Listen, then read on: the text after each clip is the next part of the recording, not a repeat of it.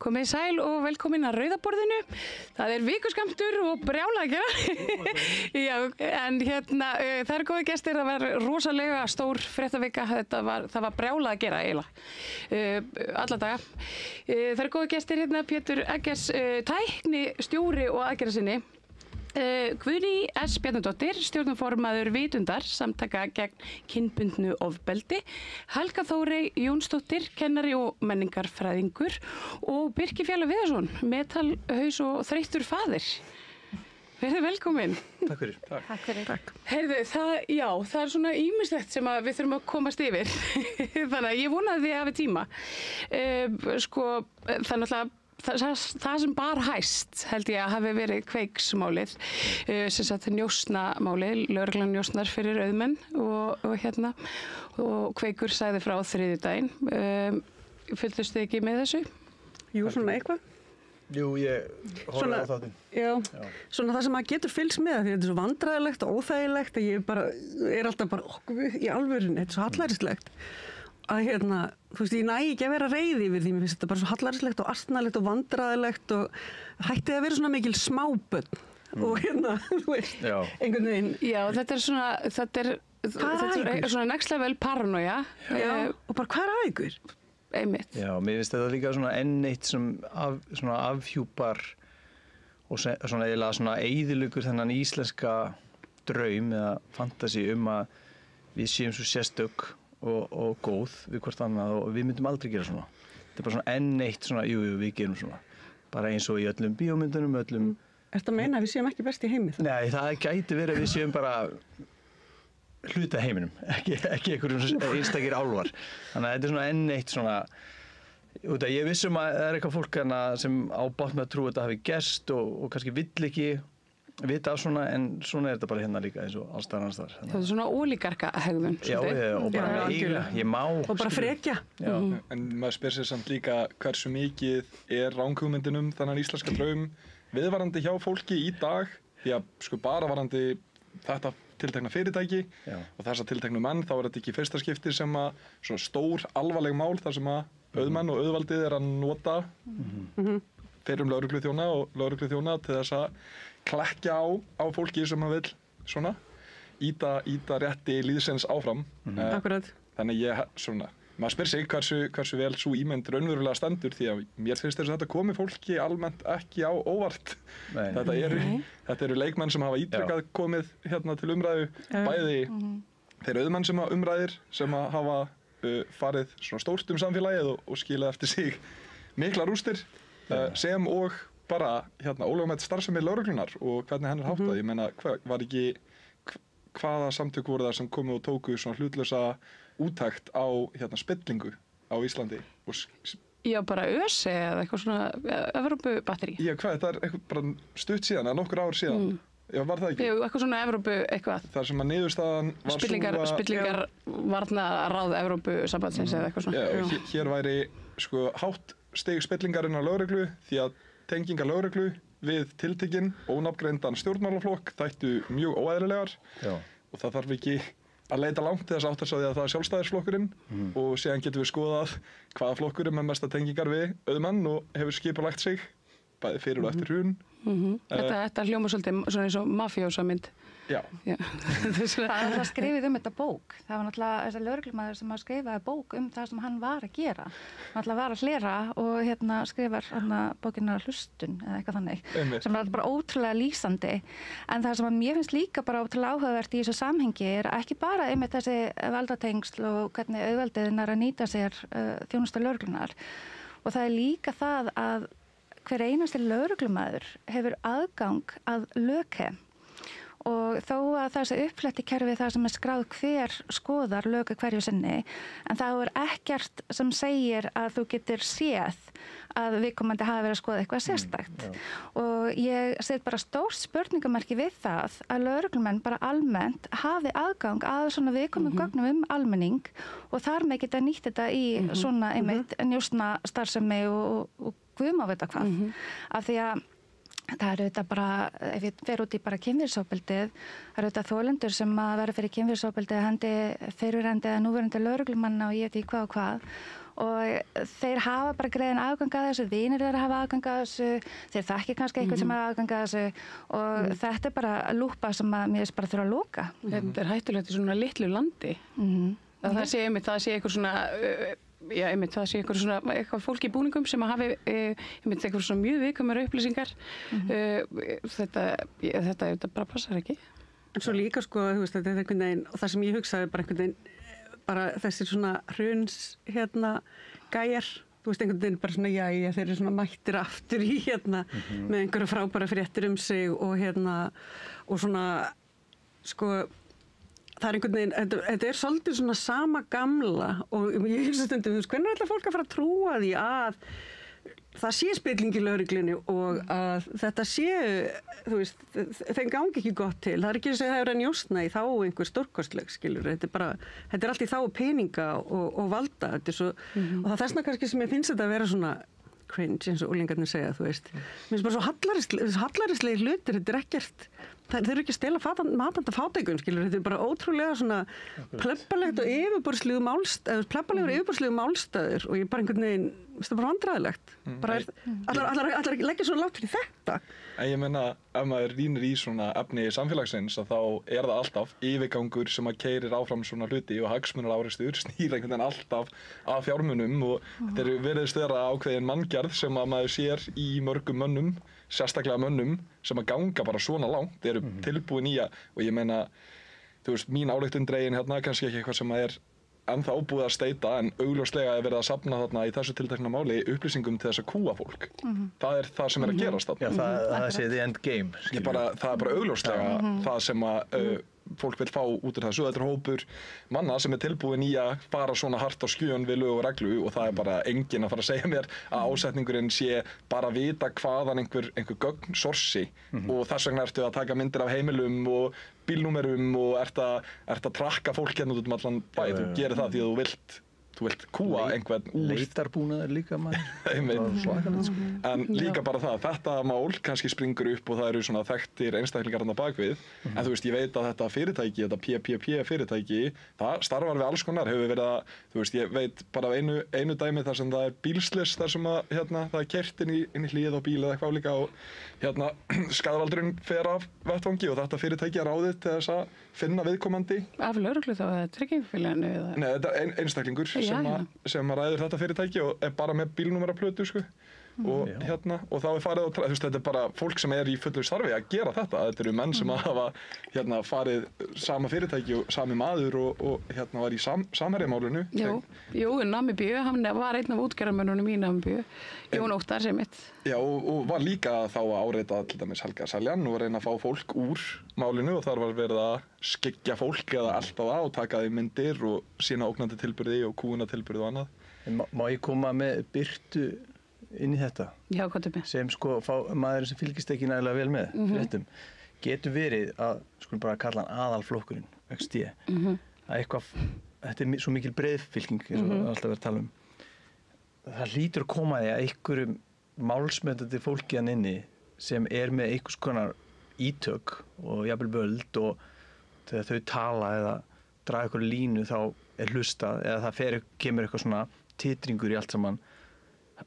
Kemur ekki að því að það kom einhver svona upprisa réttlátra veit ekki, þú veist, sem láta þetta fer fólk yfirleitt úr kvöldinu sínu áður en það svona flýtur sofandi eitthvað áfram eða þú ert með þannig skoðun. Ég bara að reyna að vera eitthvað svona vonarkallinn upp á þetta að gera sko svo sem ekki öll bara já, eða þá að þú veist, fleira gott fólk bara einhvern veginn svona gengur til liðs við ég nefnilega, ég og einn gamla vin sem hitt daginn og var mjög vinstri sinnaður hér áður fyrr hitt hann og vissi að hann væri á lista hjá Sjálfstæðisflokknum og spyr hann út í þetta bara hvað gerðist eiginlega og hvað kom fyrir þig mér brá ekki það að fólk hefur auðvitað rétt að því að hafa sína skoðanir og kjósa þess að vill en hann var svona ólíklegasti vinur minn til þess hann sagði, María, verður ekki bara stundum svolítið reitt á því að vera alltaf einhvern veginn svona á móti straumnum farðu bara að leika leikinn og mér fannst þetta svona, það fór svona hrollur mig en ég skildi alveg hvað hann átti við samt.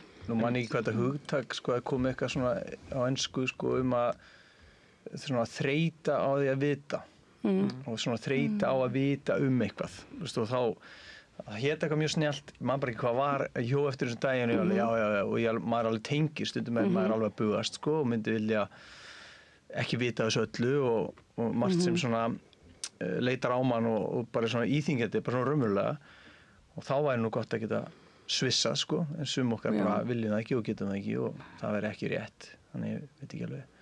Það var bara frétt hérna inn á Vísi að Helga Seljan hafi borist önnur hótun úr sömu átt, vona að þú sofir vel. Skilaboð sem bárust Helga Seljan, blaðamanni á Messenger á Facebooki kjölfar Kveiksþáttar. Skilaboðin bárust frá reikningi eiginkonu Jóns Óttars sem hafði við annan mannstæðið í njósnum. Hann gengst svo við að hafa sendt skilaboðin og bað Helga afsökunar þannig í gamla málinu sko, en þetta er sem sagt, ég meina það er ekkit, þetta er ekki breyttur maður.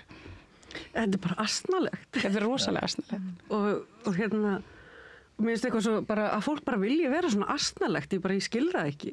Ég meina að það borgar 100 milljóna að vera það, þá skil ég hvatan, siðmyndir og vel borgað. En þú veist... Og svo líka alltaf þetta, foreldra vinkillin, hvernig ætlar að útskýra þetta fyrir börnunum, ef þetta er allt svona, skilur, og eins og þú segir, að hlutinir, þú fær á svo mikið pening fyrir hitt og þetta og þú parkerar siðferðinu eða býr til tvöfalt siðferði eins og við vorum að tala um henni í kallmennsku þættinum en samt sem maður, þú þarft maður er alveg börn, hvað ætlar að þetta er með svo margt, svo þegja yfir þjóðamorði, bara annað þetta er svo margt, hvernig, ef þau spyrja áleitina spurninga þessi börn og það er ekkert mörg þau eru ekkert í mörg ára alveg svona það saklaust að þau myndi aldrei spyrja þessi svona erfiðar spurninga, hvað En þau trúi sér bara, það er bara fjölskyldumenningin, þau bara trúi að þetta sé ógeðslega ósanngjarnt hjá Helga Seljan eða Kveik, skilur og það bara, þau bara rúf hatar með pappa eða eitthvað, skilur, þetta er ekkert...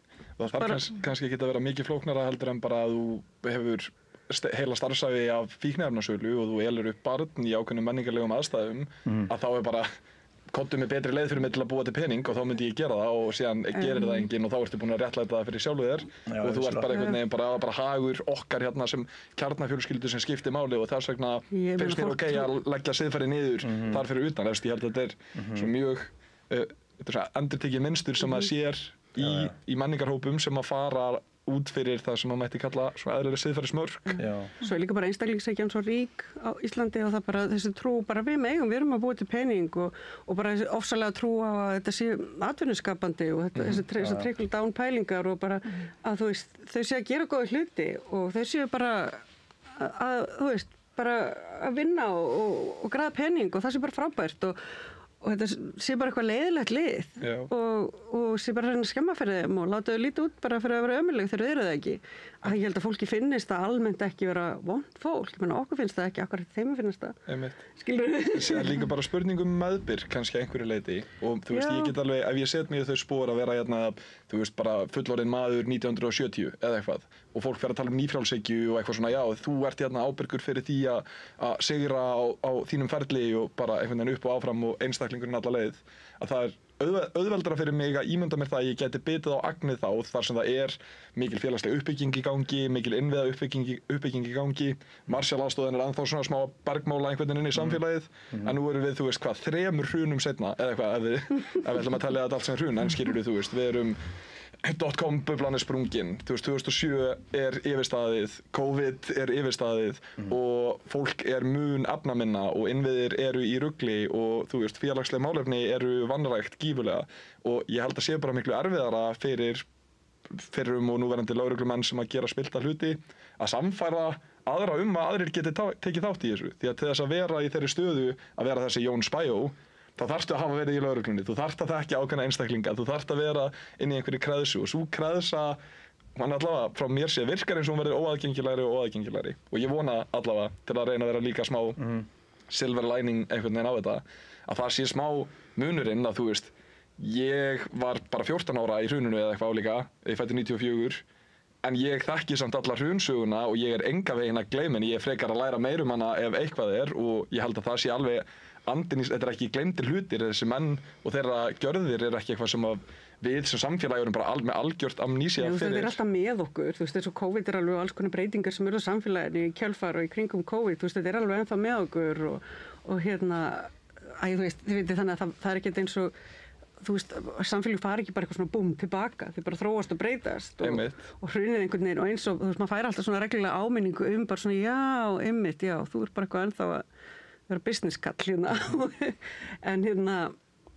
en svo er líka bara, mér þetta er náttúrulega bara svo mikið lofur áherslu á peninga og við erum að tala þú veist, þetta eins og að með einstaklingshyggju og svona, ég held bara, þú veist, hún er bara verið svo normaliseruð að fólk er bara einhvern veginn, hugsar ekki lengur samfélag fyrst, eða kannski hefur við bara aldrei gert það sérstaklega í Íslandi. Við erum líka nýlendi þjóð og eða post-colonial, þannig að þú veist, höfum ekki haft þessa samstöðu af því að við lifðum undir þessu svona divide and conquer lögmáli svo lengi að við erum ekkert búin að tjæsla okkur saman og fyrir utan það að við fórum bara svolítið frá Danmörku yfir til Bandaríkjanna skilur við þannig að okkar svona þjóðar, svona sjálfsmynd þjóðar, hún er lituð af því að vera nýlendi þjóð þótt að við séum ekki kannski alltaf meðvituð að við séum það en þannig að það er alls konar svona hlutir svona, sem þurfa að eiga sér stað og eitt af því bara sko samfélagslegar umbætur og þú veist að hlúa að samfélagi sem þarf að fá að vaksa upp úr sínum nýldarum. Ég held að það sé reyndar eitt sem að gleymist í þessari umræðu og það þetta bara það að þau treysta því að það er ekkert eftirlit. Það er ekkert innra eftirlit. Það er enginn sem segir neitt og nefndum eftirlit með lögreglu virkar bara þannig að ef að það koma upp mál að þá rannsakar sem nefnd þessi mál og leggur mat á það hvort að eitthvað hafi orðið sem verið að tilkynna og svo senda þau bara álit til lögreglustjóra og lögreglustjóri tekur svo ákvörðun hvað að gera og þetta þetta bara skapar þarna einhverja svona búblu þetta hefur alveg gerst áður fólki fært til starfi og eitthvað svona sko og þau treysta bara á þessa búblu og nú þau bara rosa mikið svona já þetta bara mjög sláandi Já, finnst þér það? Þú veist, þetta færa grasast, það er ekkert eftirlit og það þetta með innviðin okkar. Er þetta bara einhverja næstu skrifstofu sem að fara yfir þetta? Já, algjörlega og þau hittast á 3 mánaða fresti og fá einhverja 100 áskalla fyrir þetta, skiljið mig. En þetta er svo tilgangslaust, það á ekki að fara eftir einhverju, við erum ekki með neina staðla, við erum ekki með stöðlu verklög og það þetta að segja með það að lögreglumaður getur líka starfa sem lögmaður á sama tíma, getur hjálpa vini sínum í einhverju tryggingamáli gagvart út af einhverju bílsleysi. Þetta bara meikar engan sens fyrir mér og svo núna verið að skoða bara já, kannski ættum við að íhuga hvaða störfum lögreglumenn að gegna samhliða vinnunum sinni. Er það ekki gert? Já, þetta er bara mjög skrítið. Það eru einhver sérsveitarmenn með vopnabúð, sko. Sem ég var alveg svona sparki með heilindi í þá síðu. Í minni venjulegum fyrirtækjum, tökum bara eitthvað gera, segjum bara verslunargeran. Það það bara þannig að þú skrifar undir samning og það sagt bara þú mátt ekki starfa við ákveðið samhliða vegna þess að það keppinaut. Ég meina að Ríkisútvarpið gerir þetta. Þú mátt ekki leka á milli fjölmiðla. Þú getur ekki deilt upplýsingum heldur. Þú veist, þetta er á skjön þarna. Þú getur ekki verið á báðum endum. Þannig að það er bara mjög skrítið að núna árið 2025 að við erum að sjá lögregluna bara bregðast við þess að þeir bara svona herðu, já, nú þetta bara komið upp að yfirborðið enn og aftur og núna miða við líka bara nýjan dómsmálaráðherra og annað finnst mér bara að vera, fólki finnst það kannski aðeins maður stilt upp við vegg að því nú er ekki öfga hægrið við völd, þannig að það er ekki hægt að setja eitthvað plástur og segja bara nei, þetta gerist aldrei, bara horfið í hinn áttina. Það gengur ekki svo mikið lengur. Þannig að mér bara mjög áhugavert að sjá þessi viðbrögð vegna þess að ég held að ef þetta hefði gerst fyrir hálfa ár síðan þá eru viðbrögðin ekki svona. Nei, þetta lítur að vera gremjulegt líka fyrir þig að því að nú vinnur þú mikið með þolendur kynferðisofbeldis og það eru eitt af þessum málaflokkum sem að einhvern veginn svona það er stöðugt kvartað yfir að sé ekki sinnt innan lögreglunar. Ég meina það kannski skýrist á þessu að lögreglunar er bara upptekið með annað, hún er engaverkefnum. Já, maður spyr sig vegna þess að þetta þarna er bara komið ýmislegt í ljós og líka einmitt þetta með hvernig getur rannsókn lögreglunar verið ófullnægjandi í svona mörgum tilvikum, hvers vegna verið að fella svona mörg mál niður og eru við að skoða hvað að fara úrskeiðis og eru tengsl á milli einhverja brotaþola eða aðstandenda og viðkomandi eða tengsl við gerendur. Þannig að þetta í svona litlu samfélagi svo sagðir, þetta er mjög flókið. Þannig að mér alveg í mörg horn að líta þarna hjá lögreglunni. Þetta var ekki eina stóra málið þessa vikuna. Það fór rosalega mikið fyrir rasismannum á internetinu í þessar viku. Helgina þá deildi Margrét Friðriksdóttir, heitir hún ekki það, hérna á fréttin.is, falsfrétt hópnaukun, ofboðslega sláandi lestur. Þetta er ekki satt, sem betur fer. Og hún grautar saman einhverjum málum sem þó vissulega hafa verið tilkynnt og kært til lögreglu og tekin til umfyllunar í öðrum fjölmiðlum og svo einhverju svona útlendingaandúð og svona hendi svona dass af Tyrkjum með það því hann er svolítið illa við segjum öllu. En hérna Já, þá eru Tyrkir inn í þessu. Já, þú veist, síðast þegar ég vissi þá voru Tyrkir ekki hælisleitendur á Íslandi, það er annað. Það skiptir þú veist, en já. Þeir eru gladaðir. Já, og þetta sko einhvern veginn, en þannig sér maður sko hérna mátt fjölmiðla og einhvern veginn það var einhver stemning í samfélaginu og fólk var einhvern veginn móttækilegt fyrir svona viðbjóðslegri frétt til þess að réttlæta eitthvað svona hatur og það bara sprakk allt í loft upp hérna í byrjuviku. Það sko var stofnaður einhver nýr hópur alveg svona, sem er bara svona, þú veist, það var smá bíó fyrst en núna eiginlega bara svona 4 rasistar að segja eitthvað, oi, múslimar. Og hérna, sko, en áhugavert, hafið þið fylgst eitthvað með þessu? Ég er búin að vera upptekinn með að fylgjast með Taxi Hunter sem er hérna. Einmitt, sem er einmitt, einn af þessu, annar svona vinkil. Nei, bara mér finnst það svo fyndið orð, eða þú veist, að kalla þessu Taxi Hunter, taxi með Ypsiloni og ég bara... Sexy Hunter, þetta er stórfenglegt. Hérna, nei, bara...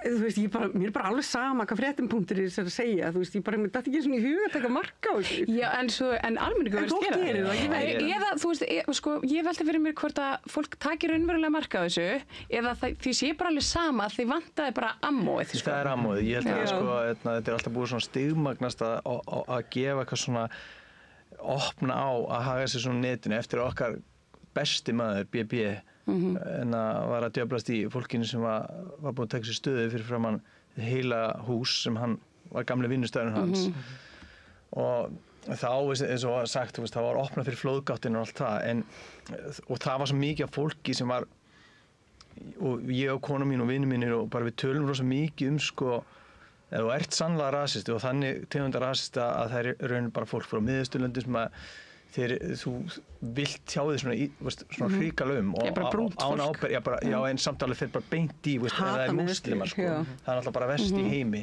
og þau sko fengu svo mikla viðurkenningu þarna og ég held að þau hafi búin að vera sko haldi í sig svo lengi að þau auðvitað viljum við öll það var rétt fyrir okkur já, eða bara vera að geta sagt ég er ekki rasist, auðvitað er ekki rasist, ég er ekki með fordóma bla bla bla og þau voru rosa lengi svona mörg hver held ég, þetta er bara kenning þetta er bara mín tilfinning en svo þau eru svo leið að þurfa að kyngja rasismannum sínum að leið og komst færi hana já, okkar besta og nú síðast að þá notaði hvert tækifæri og það er svona sko, þetta er svona byssa á rásmarki og búm, já, bara svona, þið með nú kom frétt, drífum okkur og skilur við. Það áhyggjefnið í þessu er sko alltaf að þau eru alltaf að verða fleiri og fleiri og ég held að það sé sko vegna þess að upplýsingu er ábótavant í þessu samfélagi hvað varðar innflytjenda, flóttafólk og allt þetta, það er svo mikið svona óreiða og þetta er til dæmis eitthvað sem að þú veist menninga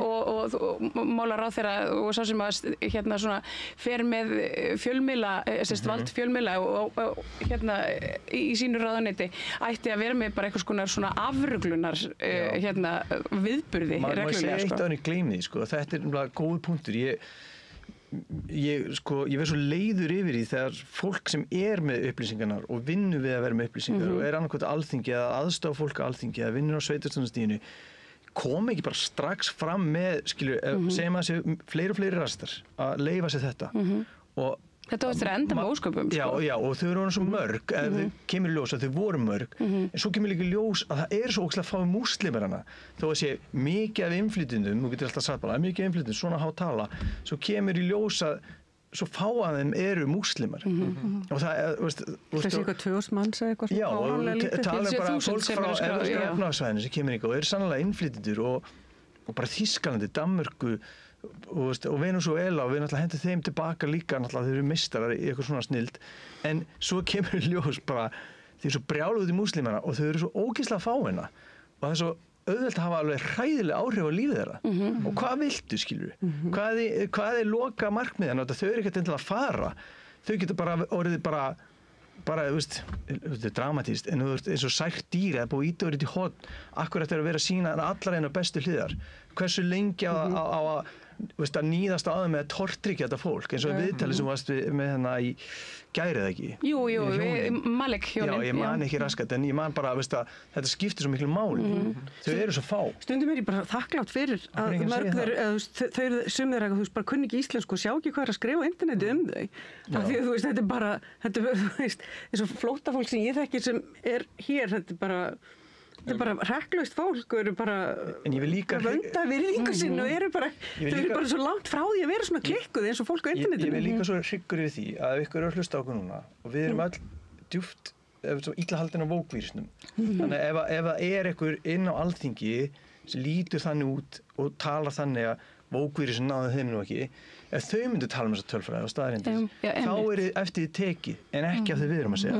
En síðan er bara sá raunveruleiki að það eru, sko, og aftur sjálfstæðisflokkurinn kemur mjög oft til umræðu þó að miðflokkurinn og flokkur fólksins eigi alveg gott erindi ásamt mörgum öðrum þangað líka, en þeir svo skara fram úr í bara hnitmiðum aðgerðum til þess að vekja þennan ótta. Því að þau vilja konverta tilfinningum og reactionary politics yfir í atkvæði. Það er bara markmiðið. Og þú veist, ég er frítíma content creator, en áður en að ég geri vídeo þá hugsa ég reyna að módela hvernig viðbrögð þetta vídeo fær. Ég reyni að spila hann á sjokkfaktorinn í vídeóum sem ég geri. Ég getur meðvitaðar ákvarðanir.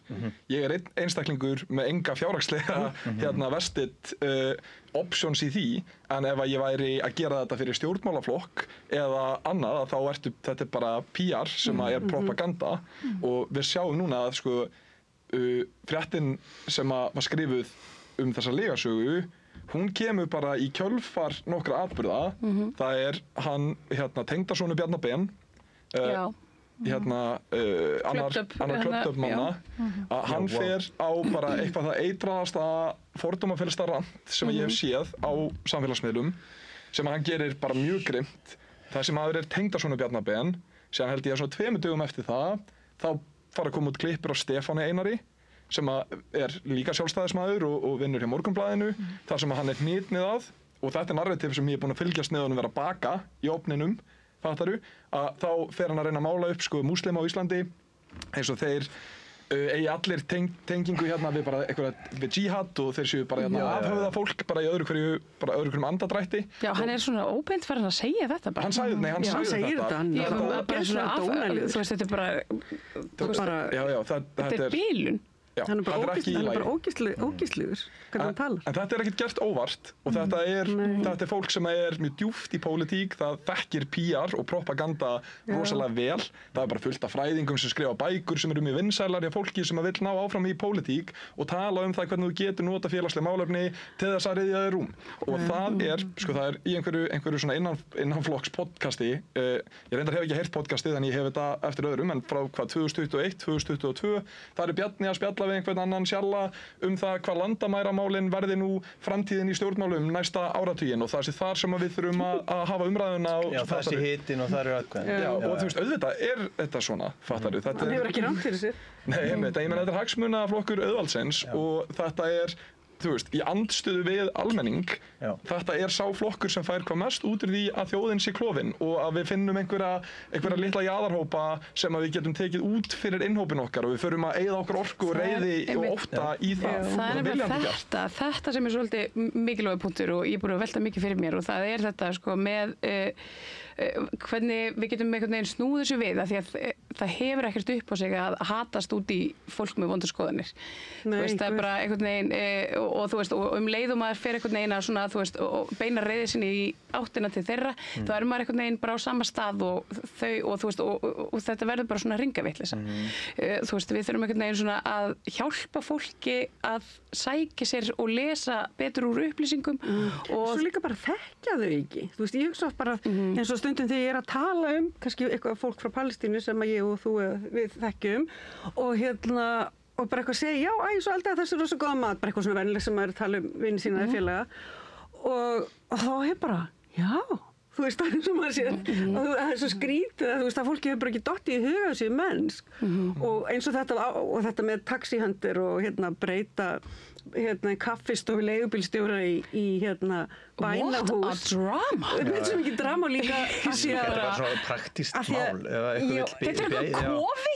Akkur við eitthvað bílastæði? Það er ekki bara það heldur eins og sérstaklega samstöðutjaldi var í fyrra þá voru náttúrulega bara allir þarna múslimar og þeir voru ofta að biðja og maður bara svona tók ekkert eftir því það er svona eins og ég aðeins fara afsíðast núna og senda okkur skilabóð í símanum mínum þú veist, þetta bara böggar engan þú veist, þeir eru bara ég meina, þú veist, eða bara eitthvað, þú veist, einhver væri hérna að signa sig í þú veist, gríð og erg þetta er ekki eins og þú veist, ég bara eitthvað þetta er ekki eins og þannig því að signa sig er mjög svona helgis eitthvað þetta er mjög, þetta er allt svo auðmjúkt og þetta er svo, það fer svo lítið fyrir þessu þetta er jafnstort atriði þetta er literally að auðmíkja sig fyrir Guði fólk þetta signa sig miklu oftar þetta er bara ótrúlega fallegt bara krjúpa ef maður tekur eftir þessu, skilurðu þá er þetta bara mjög næs þetta er eins og þau séu að taka litla jóga en líka bara, þú veist, börsið frá þú veist, hérna, verkefnaðinum þú veist, af hverju fer þetta í taugarnar á okkur? Já, bara hverju mikið saman.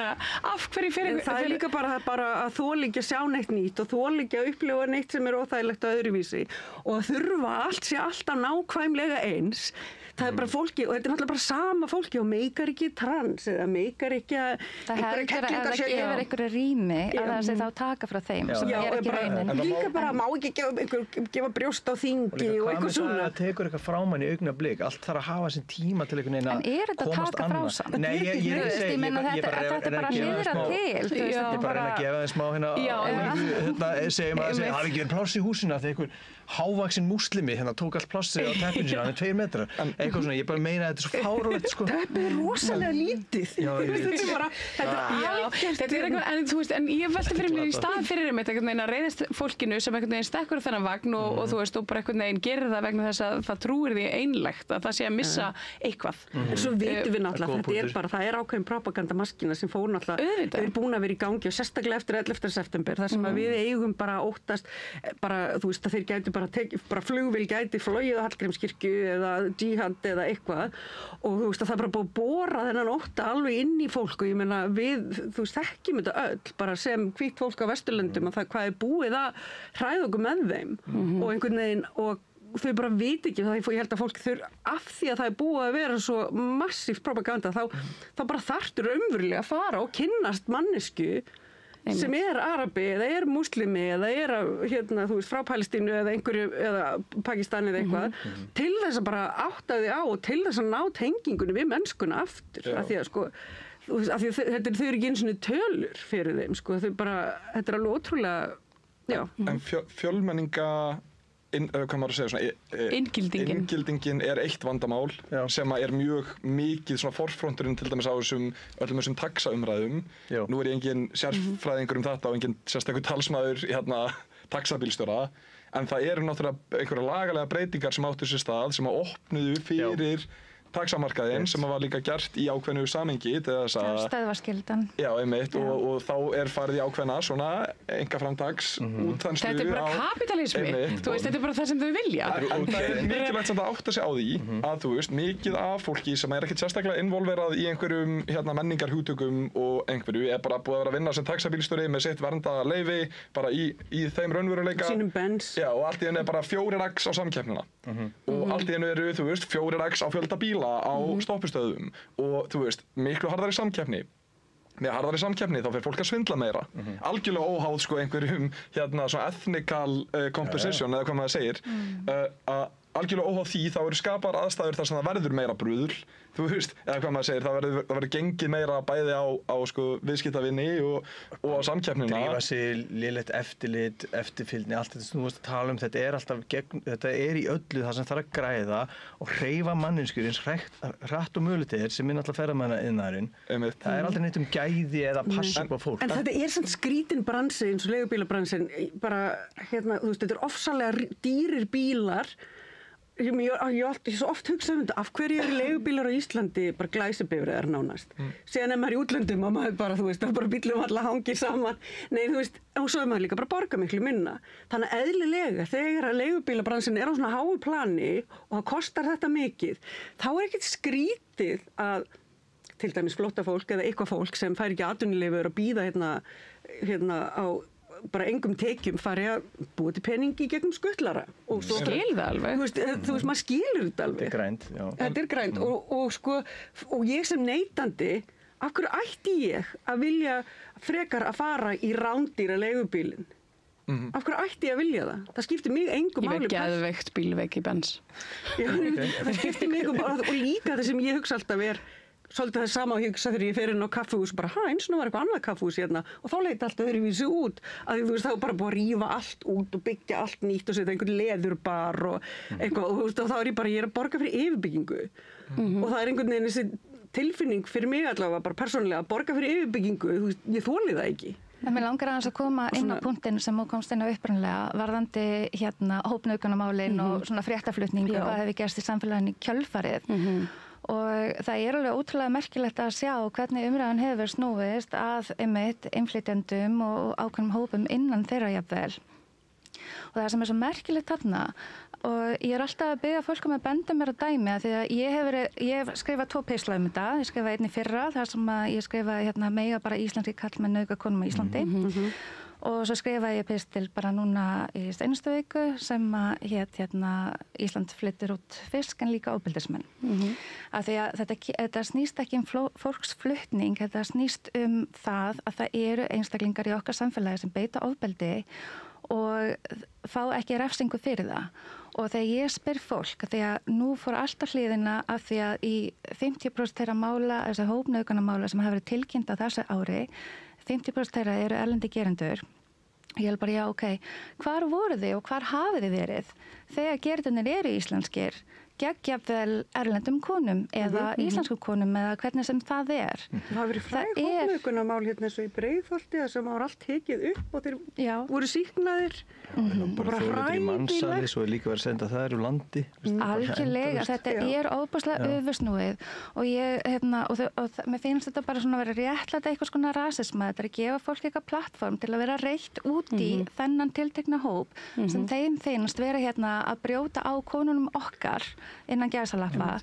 Þetta er algjörlega ólíðandi af því þetta er þessi ímyndaði eignaréttur kalla á íslenskum konum og mér finnst þetta líka bara vera að ég veit ekki, bara svo djúp kvenfyrirlitning og hatur og þegar ég bið fólk að benda mér á bara hvað finnst þér það ofbeldi sem hefur átt sér stað á Íslandi áður en innflutningur fólks var svona mikill. Segjum bara fyrir 20 árum eða plus og þá kemur bara þögn. En ég er sökuð að samþykkja það að múslimar fái að nauðga konum á Íslandi, að ég samþykki það að erlendi menn með nauðga konum á Íslandi saman hvort það er erlendi bergi brotnar eða ekki. Ég hef verið sökuð karlahatur og ég veit í hvað. Það sem ég er að beða samfélagum að gera er að taka kynferðisofbeldi bara alvarlega og trúa þolendum og virkilega láta í sér heyra þegar þessir ofbeldisglæpari ítrekka eiga sér stað. 42% íslenskra kvenna eða kvenna á Íslandi verða fyrir ofbeldi, þannig að það er ekki spurning hvort það er hvenær í mörgum tilfellum og mér finnst bara tími til komin að fyrir að skoða þetta. Það er 3% sakfellingarhlutfall í nauðgunarmálum. Þetta er ekki hægt og þegar maður tekur inn í myndina það sem við erum að sjá lögregluna, ekkert eftirlit, það er ekki verið að taka málunum, þetta helst allt í hendur og við verðum að fara að bæði að taka þessu alvarlega í okkar samfélagi og það er bara ekki og á aldrei að vera hluti af lífi kvenna að gangi gegnum líf sitt og verða fyrir ofbeldi. Akkurat. Mér langar að nefna í þessu sama samhengi bréf sem að brotaþoli hópnauðguna einnar af þessum hópnauðgunum sem hafa verið kærðar sendi og birtir í heimildinni í dag því að við lesið þetta bréf, þetta er rosalegt bréf en þannig erum við komið glænýjastöðu, við erum með konu sem að verða fyrir skelfilegu ofbeldi og frelsissviptingu og niðurlægingu og bara alveg svona, bara skelfilegu ofbeldi og hún fær ekki að jafna sig í friði heldur, er hún allt í einu orðin líður henni og þetta segi ég vegna þess að ég veit það, henni líður eins og hún beri einhvers konar ábyrgð gagnvart þessu rasista tali sem orðið þannig að við erum einhvern veginn sko, við erum búin að taka af henni sko, það litla sem hún hafði. Þetta litla sem hún hafði sem var bara smá tími til þess að jafna sig og núna er hún bara komin hérna til þess að segja bara getið ef ykkur hérna þú veist ef ykkur er ekki sama brotaþola þá skuli þið bara gjöra svo vel að hérna, þú veist, hætta að svona nota þessi mál sem hérna, einhvers konar stökkpall. En svo þetta líka sko, rasismi er ekki samtalið. Veist, það sem er að gerast er nauðgunarmáli samtalið. Og rasismi, þú veist, það er einhvern veginn verið að taka þetta bara svona frílóta eitthvað málefni. En einmitt að því þetta væri íslenski drengir, þá væri þetta náttúrulega gulldrengir sem eiga framtíðina fyrir sér. Saklega sem sagt sönn. Ég meina við höfum alveg séð hvernig svo umræða spilast. En svo er annað líka sko, þú veist, það er ekkert farið í það neitt sérstaklega. Það er bara af erlendu bergi brotin, voru þetta túristar, og þú veist, hérna, ég hugsa það alltaf, akkur er ekki sagt hvort það er túristar eða ekki, af því að svo mikið af túristum, hérna, miklu fleiri túristar, en hérna, líka bara því að bara persónulega langar mig að vita, þú veist, bara hvernig ferðamann einaðurinn er að hafa áhrif á svona hluti, og mér finnst það bara að vera mikilvægt mengi til þess að hafa með, ef við ætlum að fara að taka þessa hluti fram á annar borð. Svo er hitt að, sko, þú veist, þegar maður tekur einhverja svona umræðu hérna útlendinga, þá ruglar fólk öllu saman, sko, innflytjendur, hælisleitendur, flóttamenn, þannig að, sko, það er sko, þú veist, það er engin munur á, sko, fólki sem er að koma úr hræðilegum aðstæðum og er bara loksins bara að anda þegar það kemur hingað og þú veist, bara, hérna, og svo kannski einhverju fólki sem er inn af einhverju bara alls konar ástæðum, hvort það er farandverka fólk eða eitthvað, og það er, ég meina þess að líka bara, ef við ætlum að fara í þessu umræðu, þá þurfum við að taka alla þessa hluti til. Það er eftir, þetta er sama sem við vorum að tala um, það skortir einhvers konar svona allsherjar upplýsingu. Það vantar hérna upplýsingamálaráðherra. Þetta er líka bara yfirborðslegt teik, af því að þú veist, þá bara ná að henda út upplýsingum og þegar að, og svona fyrir utan það að auðvitað þú veist, viljum við skoða gerendur út frá einhverju sjónarhorni og mér finnst það skipta máli, en mér finnst það skipta langmestu máli út frá því bara hvað getum við gert fyrir það til þess að það veri betri. Þú veist, hvernig getum við tekið á því, getum við gripið inn í snemma, getum við lært eitthvað að þeirra sögu, getum við, þú veist, fundið aðra, þú veist, eru aðrar týpur sem eru að sýna einhver ákveðin einkenni, þannig við getum náð þeim og hjálpa þeim að bæta líf sitt. Og bara, einmitt, og hvernig við tökum á móti þeim aftur inn í samfélagið og allt þetta. Já, en ég er aðeins að hugsa bara til þess að koma í veg fyrir að fleiri kallar verið nauðgarar. Já, en svo er það líka bara þannig að þetta er bara samfélagið sem við búum í og einhvern veginn þurfum að uppræta nauðgana menningu og við þurfum líka að þegar við náum að sakfella þessa einstaklinga, þá þurfum við líka að hafa góða betrunarstefnu í fangelsum sem við höfum vissulega ekki. Þeir í algjörum ólestri, þannig að algjörlega glatað hvað við fá litla aðstoð og þjónustöðarna og geðheilbrigðisteymið sem var sett á laggirnar 2017, það er bara fjársvelt og það er alltaf bara hræðilegt að sjá það raungerast. Í mörgum tilfellum eru þau bara í sjálfboðavinnu.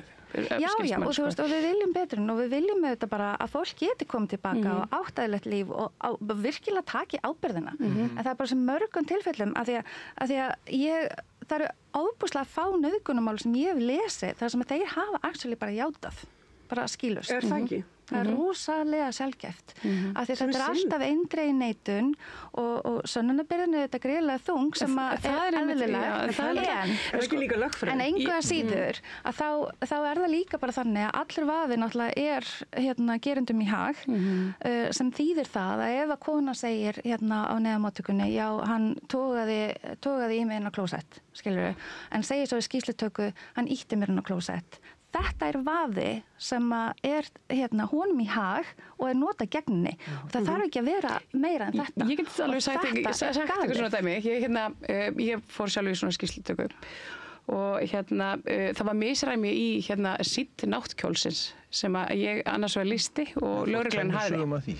Já, lögreglan nefnilega tók náttkjólinn til skoðunar sem sönnunargagn og svo sagði ég frá því að ég hefði verið í svona skósíðum en hann náði mér upp á þú veist, eitthvað. En á meðan þetta er svona mikla brotalamir eins og þú ert að lýsa, á meðan þetta er svona ógeðslega gallað og auðvelt að spilla þessu öllu saman, þá er bara svona virðist vera bara helmingunum þjóðinni að tjúlast á netinu yfir þessu sem við erum búin að ræða núna og meðan er ekkert lagað á meðan engin sjálfskoðun, kerfislæg sög. Af hverju það ekki að taka ábyrgð á fólkinu sínu sem að þau, þú veist, eiga svo sannarlega að gera? Þetta alltaf það sem ég skil þetta ekki, sko. Ég bara, nú var haldið blaðamannafundurinn mitt í vikunni, hvað var að gera fyrir dag, þar sem að farið var yfir upplýsingar og þú veist, þetta var opið fundur, það var hægt að fara þarna og spurja ráðherra út í tiltekið mál, ég meina hvers vegna hennar Ásthildar Lóu, þú veist, sko, mér fannst að þessi fundur svolítið mikið svona, þannig að hann kannski svona, hann líka svolítið svona fór undir að því að það voru bara miklu stærri mál í gangi. Sko, ég velti fyrir mig hvort það væri ekki, þú veist, ég meina, væri ekki eðlilegt að þetta væri bara reglulegt. Svona viðurlegt. Já, og það væri bara hægt að bara, heyrðu, hérna, hér erum við með útlendingamál, hér er ráðherra, gjörðu þið svo vel, þetta er opinn fundur og svo bara er boltum hent og fólk bara að tala saman. Algjörlega. Líka bara spurningum að staðla söfnun og miðlun upplýsinga í form sem að er út fyrir ábyrgðarsvið einhvers eins ráðherra. Því að ég er svona í þessu samhengi eitthvað sem að ég hegg sérstaklega eftir frá því í fyrra og þetta er svona hlutir gerast ítrekkað með gögn á öllum sviðum en þetta svona situr í mér að það er í samstarf á milli MBL og dómsmálaráðuneytisins þegar hún Guðrún Hafsteins fór með það þar sem það eru birtar tölur sem eru hvergi aðgengilegar nema í þessari frétt hjá MBL sem að sýna sko, og þetta tala hérna fjölda útlendinga í fangelsi. Og það er bara sett upp bara svona súluritt það sem við sjáum bara, já það er mest af þessum og þessum og þessum það eru 5 svo topp útlendingarnir í fangelsi og þetta sé ég að það er bara stór súla í 4. eða 5. sæti, bara Palestínumenn og ég bara fyrir ekki, hvað eru margir Palestínumenn á landinu, bara þetta er, þó að Palestínumenn væru bara eitthvað brjálaðir, eða skilur þó að það væri bara eitthvað rétt og þeir væru bara brjálaðir, þeir gæti ekki einhvern veginn náðangað nema brotahlutfallið væri það stjarnfræðilegt að það væri bara lyginni líka. Þeir væru bara allir glæpamenn. Síðan fer að skoða málið, skilur, og ég fer bara að bera saman tölur og finna upplýsingar hér og þar og þetta er svona rosa mikið, hvað segir maður, svona reverse engineering sem maður þarf að gera til þess að geta dregið heilbrigða ályktun, en þá eru þarna inn í tölunum sem ekki er tekið fram frá dómsmálaráðuneytinu eru hælisleitendur sem á að henda úr landi og þeir eru fangelsaðir og þetta blæs þeir eru hælisleitendur ekki vegna glæpa og þetta er ítrekkað að gerast að raunveruleg upplýsingamiðlun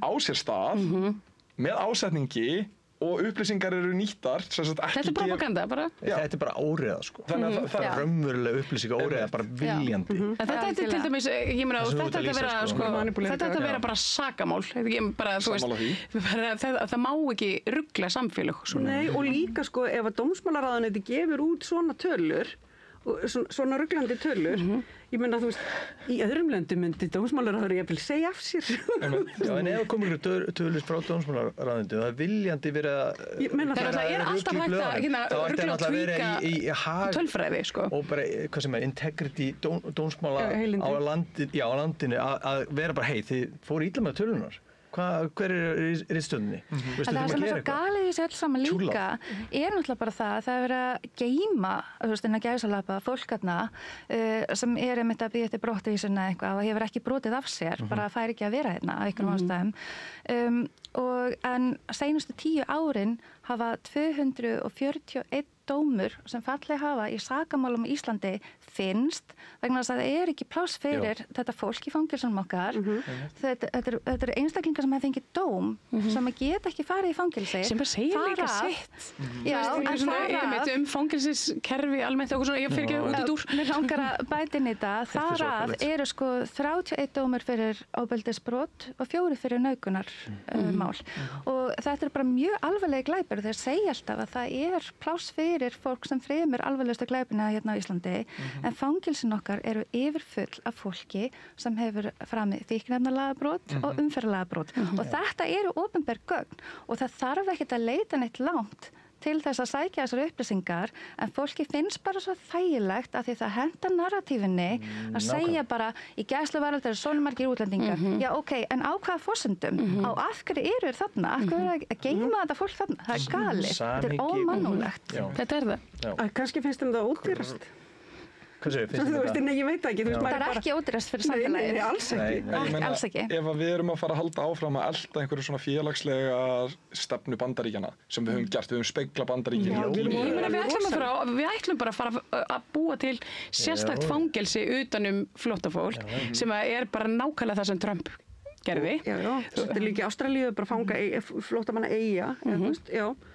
En, já. Ég meina þetta er bara nákvæmlega, ég meina þetta var bara búið einmitt í vikunni og veist, ég meina nú og þá bara keira þetta í gang og við ætlum bara að fara, það er alltaf að tala um lokað búsetu úrræði eða eitthvað andskotan. En það er það sem við erum að sjá eins og þú veist, við erum að tala um það eru ný stjórnvöld og við getum ekki kennt að auka hærinu en þú veist, við getum það samt út af því að þau í raunum veru byggu til kerfi sem er núna en þú veist, ég myndi vilja sjá miklu meiri vilja hjá núverandi stjórnvöldum til þess að breyta kerfinu af því það er náttúrulega kerfi sem þarf að breytast ekki við ætlum bara að halda áfram með þessu útlendingalög, við ætlum að halda áfram með eitthvað eins og þetta. Ég bind nú bara passlegar vonir í einhverju svona demókrata stjórn, þú veist, þetta er bara, þetta er bara íhaldið í dulagerðu, sko, með einhver regnbogalímiða á bringunni, sko. Hvað er ekki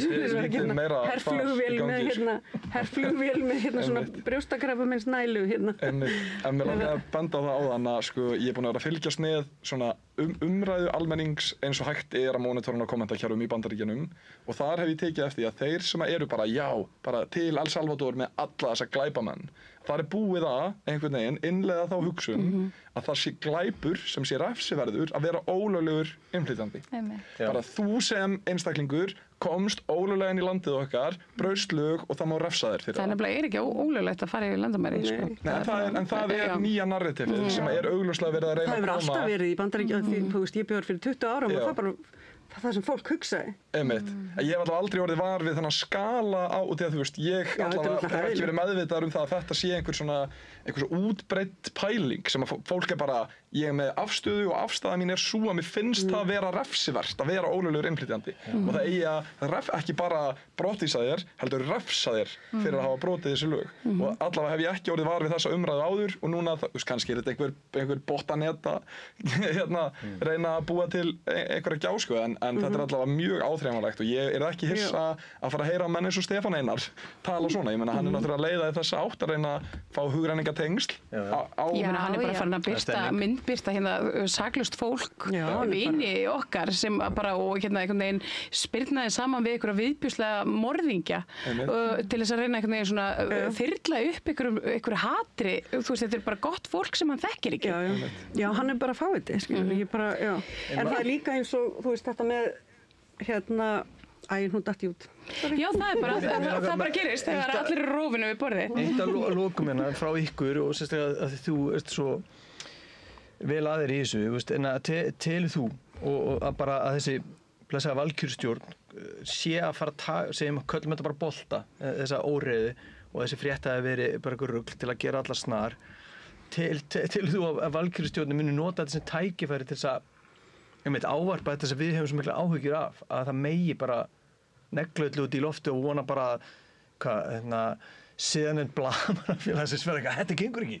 Þeir hafa ekki völd þannig, það verður að koma frá pólitíkinni, heldur að verða eitthvað svona augnablik, það sem megi ekki vera að nota einmitt eitthvað svona alvarlegt, svona samfélagsmein sem er umverulega þessi kynferðisofbeldis glæpir og þetta brotna kerfi okkar. Heldur að verða eitthvað svona trúið því? Ég held að ég er auðvitað að svara, auðvitað vill maður halda auðvitað vill maður halda samt í ykkur á von.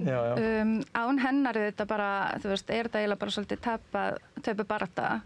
En þú veist, við verðum auðvitað alltaf líka bara að bíða og sjá og það er líka okkar að veita auðvaldinu og stjórnvöldum aðhald. Það er okkar að gera það og ég held að ef við höldum áfram að gera það, þá getum við mögulega knúið fram einhverjar breytingar en þetta er alltaf sama baráttan, alveg sama hvar við erum og hvað við erum að gera. En engu að síður, það finnst mér samt vera einhvers konar vilji í einhverjum málefnum sem að ég bind alveg voni við en eins og ég segi, ég get ekki svara fyrir, ég er nú ekki inn í þessum ráðuneytum þannig ég veit nú ekki hvað fer þar fram en við verðum, maður verður að halda ykkur á von en líka að veita þetta aðhald. Það er eitt svona annað úr dómskerfinu, það var dómur féll yfir úlingsdrengnum sem varð Bryndísi Klöru að bana og skaðaði einhverja aðra. Hann fékk 8 ár, þetta er 17 ára strákur, og það var svona, ég veit ekki, ég greindi svona, þú veist, fólk svolítið svona skiptist í fylkingar sem voru bara einhvern veginn svona alveg kvíslinn sko og á meðan aðrir voru svona, já, þú veist, ég meina hann fer bara í einhverja betrun. En svo velti maður fyrir sér einmitt út af því að það verðist allt vera einhvern veginn svo bilað. Þjónusta við börn með mikinn vanda. Hvað býður hans? Hver að fara að taka við hann? Fjölskylduna hans líka. Akkurat. Þetta svona adolescence bara, ef þið hafið séð það. Og þetta er bara nákvæmlega það. Þetta er bara nákvæmlega svo sena, bara hér. Já, mér finnst þetta bara svo þungt, sko. Ég bara kjaftstopp, sko. Ég ætla bara að hlusta á ykkur, sko. Já, þetta er auðvitað mjög hræðilegt mál og fyrir alla einhvern veginn hlutaðandi sem tengist þessu máli er þetta bara svona martröð. Þetta er algjör martröð.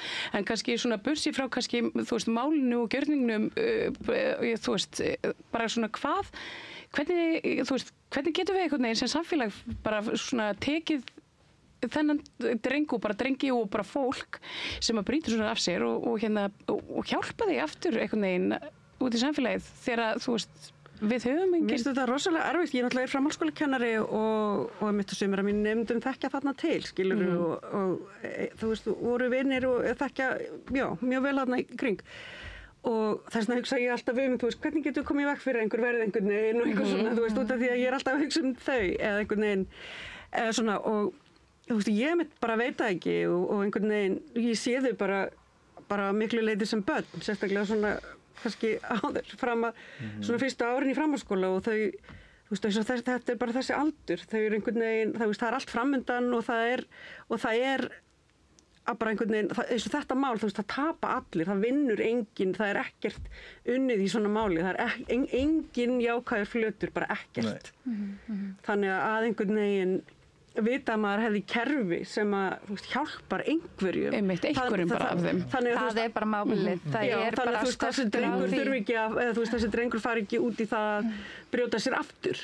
Bara sama hvaða hátt, eða bara að skaða sjálfan sig eða eitthvað, þú veist, af því að maður þetta, þú veist. En svo svona, þú veist, er bara, þú veist, ég reikna með því að þetta sé drengur sem kerfi hefur brugðist kannski á einhvern hátt, af því að þú veist, það er ekki ofsalega algengt að fólk fremji glæpi eða alvarlega glæpi eða ofbeldisverk á þess að það sé einhver baksaga, svo sem hún er og það er líka eitthvað sem að, þú veist, við bara svona sem samfélag þurfum að taka ábyrgð á að við séum að einhvern veginn að rækta okkar krakka þannig að ef einhver fer á milli að þá sé hann gripinn og hann sé gripinn af einhverjum sem, þú veist, getur veitt ástæðumhyggju sem, þú veist, gerir þau heilbrigðum fyrir. Ég held að baksaga sé bara samfélag allt. Ég held að séum bara að þurfum að fara að keyra upp þennan mannhelgi og samhýð og svona af því að sé frá þessu alveg skelfilega máli þá náttúrulega bara verandi foreldri sjálfur og ég er svo mikið inn í líka fjölskyldum vina barnanna minna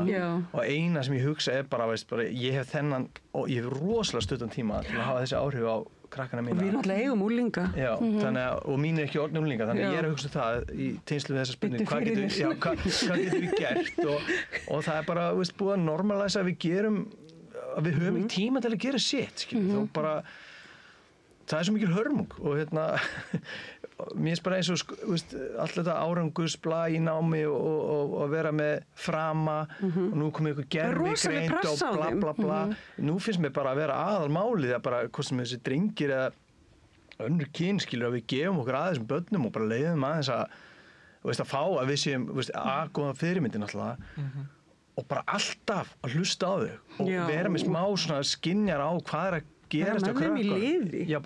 Mér langar líka aðeins að koma inn á þetta því að einmitt það er svo mikilvægt að ná til unga fólksins þar sem þau eru og einmitt að leyfa þeim að vera börn, það er líka annað og líka að velta fyrir okkur hverja við erum að senda í skóla barnanna til að segja þeim að herða sig. Það er þetta fer alveg óstjórnlega í taugarnar á mér.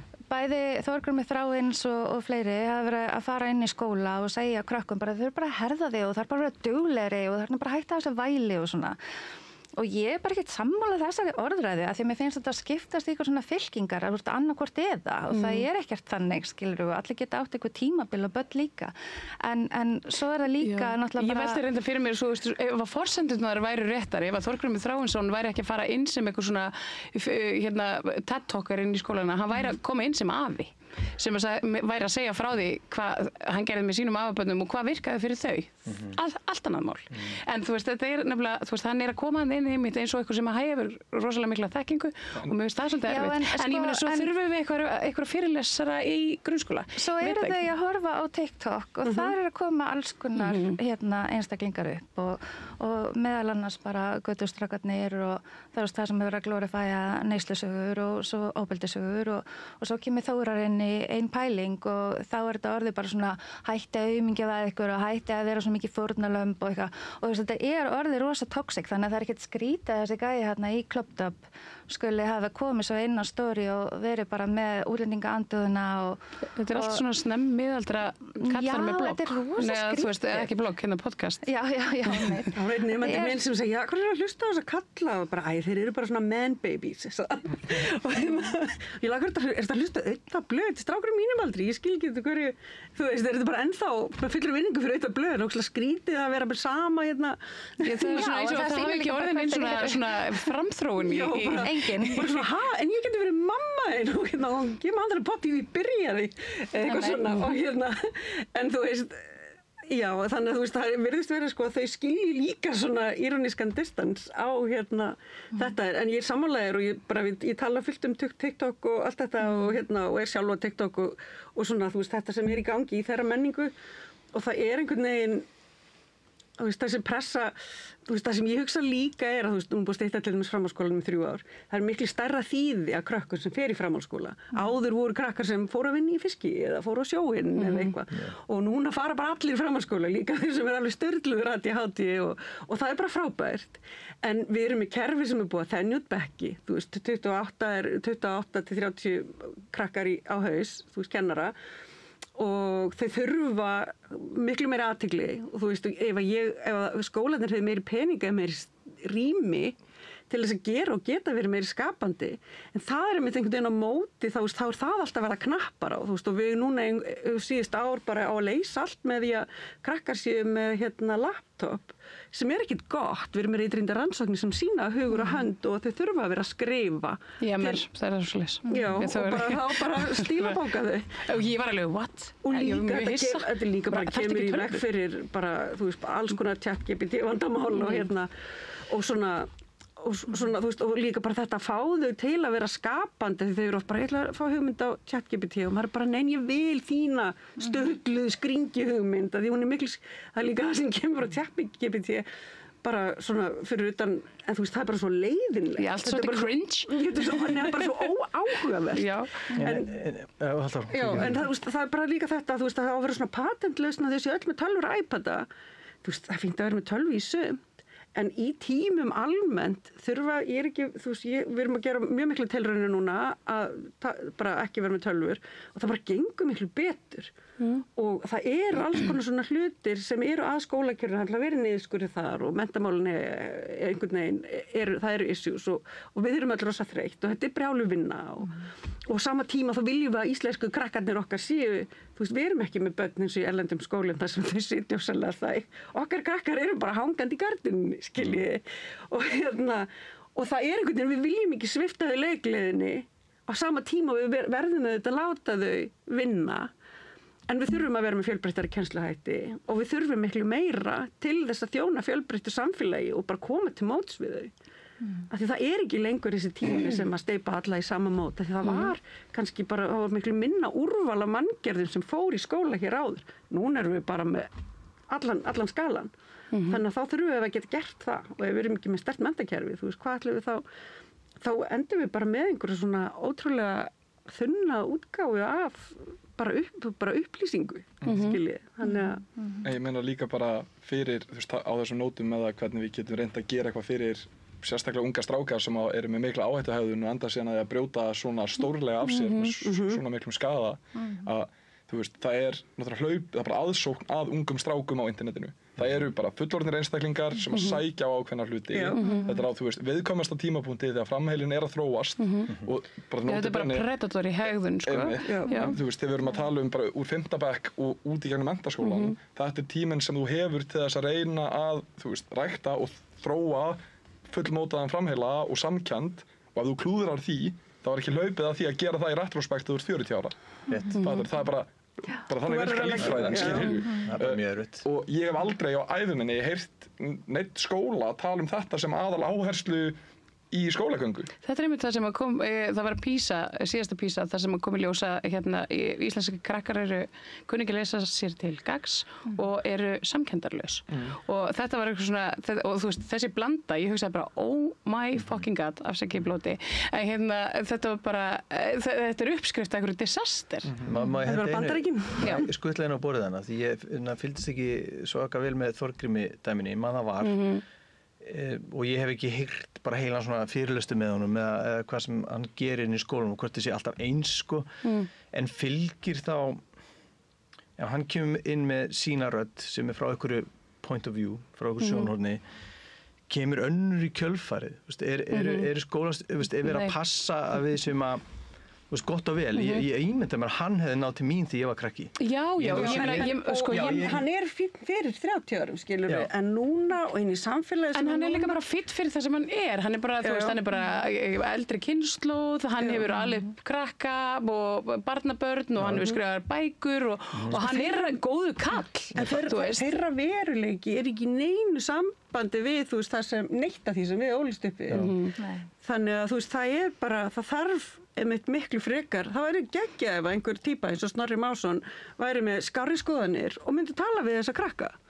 Skiljiði, og því að þeir lusta á svona, þú veist, þeim finnst hann vera svona ungur gaur þótt að þeim finnst hann þetta vera kall eða eitthvað skiljiði, frekar heldur en þú veist, eða fótboltastrákar einhver nær þeim í aldri bara einhver nær þeim í aldri ég veit ekki, svo er þetta utanakomandi influens sko, mér finnst það eitthvað problematist ég bara, þú veist, þið munið kannski eftir hérna þegar þú veist, jafningjafræðslan eða eitthvað svona kom í grunnskólana og það var svona eitt svona aktífur dópisti með þeim og hann var eitthvað svona, ég skuldar svo mikið meðlag og þetta átti bara að vera ein pilla og það var æði og svo bara gati ég ekki hætt og þú veist, og ég man eftir svona bing momentið þar sem ég hugsaði bara, þá tek ég bara eina og þú veist, þú bara glifti í, þú veist, bara hérna en það er líka við sem samfélagi erum að upphefja ákveðna hegðun, þú veist, að hetjur samfélagsins eru einhverju siðblindir moneymakers ég meina það var ekki, þessi maður var á sviði og þú veist, hann var hann eins og einhver stjarna og hann var ógeðslega sætur og þú veist, og ég var bara wow, aldrei hafa hann sætan mann ég var bara, mér er alveg sama að þetta vanti ég framtönn þú veist, það var bara alveg frábært hver ákveður að, bara, Þorgrímur hann kemur inn, hann selur sig bara hann er ekki einhverju skólastjórar og fólk inni sem er að fá Þorgrím og fá með svo Pétur og fáum svo þig sko, ég veit ekki hvernig það virkar, þú veist það kannski betur ég veit ekki eitthvað geðveikt en ég veit að það er fólk bara ég held að fólk selji sig almennt bara sendi tölvupósta á einhverja já, segir bara við erum með þessa kynningu ég held að það sé þetta ég byrði upp á þetta og vil ég fá mig það er þetta sem að eldur devil hvað er hann, eitthvað svona svo er þetta sett inn í einhverju svona lífsleikni pakka hefur bent á margsinnis að sé ósanngjarnt og ég er sammála hvað það var af því að hann fær ekki að fara inn en bara varhugavert að þú veist á þessum aldri og allavega ætti að vera meintur tilgangur þess að vera í skóla er bara langtíma skilyrðing. Það er verkefni sem á sér stað á hverjum degi, í hverjum tíma, að ætla að fá inn einhverja sama hverju þeir eru að predikera, sama hversu sammála eða ósammála ég værið í, að fá einhvern inn sem á að koma með eitthvað dramastatement í einhverjum PowerPoint og hverfa síðan. Þú veist, hvernig gagnast það? Hvernig vinnum við með þessar upplýsingar? Jú, það verður til í einhverju media landscape samhengi. Það verður debate-punktur hérna. Getum við kennt börnum að taka á móti svona upplýsingum frá Þorgrími, bara ok, og hvað ætlum við svo að gera? Við ætlum að fact-checka þér og við ætlum að skoða hérna, ok, hann segir þetta, þú veist, ég velti fyrir mér líka að skoða það að kenna börnum að lesa upplýsingar og taka móti eins og þau eins og nefndafélögin þau til dæmis fá inn eins og núna fyrir kosningar þá komið svona fulltrúar frá flokkunum og ég skil alveg þetta er eitthvað sem þau vilja vita eru forvitin og þú veist og nálgast kosningaldur og allt þetta en þetta er líka fólk sem við fullorðna fólki erum búin að gera stjörnum, þú veist, á einn annan hátt og við gerum líka fólk rosalega ofta stjörnum með því að vera stanslaust að gagnrýna það. Þannig að stundum er fólk bara orðað einhverjum hetjum og ég man alltaf eftir í, ég held að það var þegar Davíð Oddsson fór í forsetaframboð eða eitthvað svona, að þá var hann fyrir eitthvað, þá var búið að vera gagnrýna hann í einhverjum fjölmiðli og hvort það var DVF eða Stundin sem ég held DVF og svo var hann framan á blaðinu, ég bara eitthvað svona, af hverju þú veist, þið það pluggan þótti hatið hann, og það þú veist, við fullorðna fólki erum stanslist að gera þetta, við erum alltaf að plugga eitthvað lið sem við höttum. Þannig það líka, og ekki það að mér finnst það eitthvað við hunsa við dögu að tala þú veist, það sem problematíst og allt það. En við gerum það stundum á svo geðvíkslegan hátt að við erum bara búin að búa til einhverja svona andhetjur úr algjörum fávitum. Og og krakkarnir, þú veist, og ég stund hvart að ég verið að þau sé ekki nóg uppreisnargjörn og eitthvað svona fyrir, minnst að vera alltaf svona pen fyrir og líka, en þetta er þeirra andóf, af því þau munuðu þetta alltaf fara í það og þegar við erum að vera aðeinslega vók og við erum bara eitthvað, já, Stefán Einar, hann er nú bara algjör rugludallur og eitthvað, þá eru þau bara, hei, skiljið þið. Það fyrir að tala kannski málefni eða menninguna, það sem við erum að... Já, ég myndi, eða bara kannski þurfum að einbeita okkur að því að tala illum einhvern sem er cool. Já, bara svona öfugt eitthvað.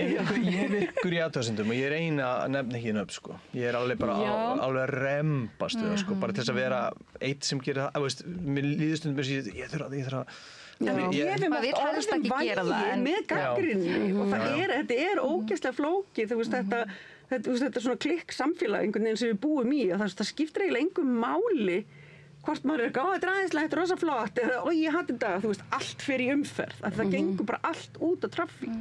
Heyrði, Gaza, við verðum aðeins að tala Gaza. Það er ég meina það er löngu búið að lýsa yfir neyðarástandi en nú er maturinn á Gaza, hann er bara búinn. 50 dagar ekki án þess að komi og hann er bara gjörsamlega það er og sérstu öll hjálpargögn sem að bárust fyrir 50 dögum og voru inn á svæðinu, þau eru búin og flótilla sprengt hann í Miðjarðarhafinu með hjálpargögnin með einhver hjálpargögn og drónaárás og má velta fyrir sér einmitt hvar er samkendin, það er öll börn undir 5 ára. Þú getur bara farið til Palestínu og barist sjálf. Einmitt. Öll börn undir 5 ára aldri, þau eru og eiga á hættu að deyja úr næringarskorti bara núna, þú veist, á bara næstu vikum. Þetta er náttúrulega svo hræðilegt, sko, að því ég er búin að vera í smá svona samfélagsmiðlapásu, ég hendi eiginlega öllum appunum út úr símanum mínum og svo er ég bara núna síðustu helgi og bara náði eftir Instagram og Facebook appið og ég var meira sér ekki að Messenger, þannig að það var mjög mikið svona sambandsleysi við heiminn sem var gott og ég mæli með og bara 3 mánuðir og ég er aftur að koma á Instagram sem er eiginlega mesta áfallið, það er ekki sem ég hafi ekki vitað þetta og sé ekki búin að vera að fylgjast með þessu frá því alltaf og í upphafi en bara einhvern veginn að sjá það sem er að gerast á Gaza og ég hugsa bara hvernig getur fólk sem er ekki með neitt nema bara eitthvað girl boss shopping eða eitthvað í feedinu sínu og svo sér það kannski, þú veist, sem ég leiðilega deili í story. Allir búin að hætta þig. Allir búin að hætta mig. Nei, ég sé kannski fólk sem sér mig en hvernig geta þau ekki, þú veist, hvernig er hægt að, þú veist, sko, mér langar að benda... Það finnst ég verið í svona fersku áfalli yfir þessu núna. En ég hef tekið sérstaklega eftir því með vinið mína sem að ég bara vinir úr persónulífi og eru ekki involveraðir þú veist, eru ekki aðgerðarsinnar eða virkir í mótmælum að algoritminn er ekki svo sami fyrir okkur. Nei. Og þeir fá ekki þetta content, þá meina ég 0.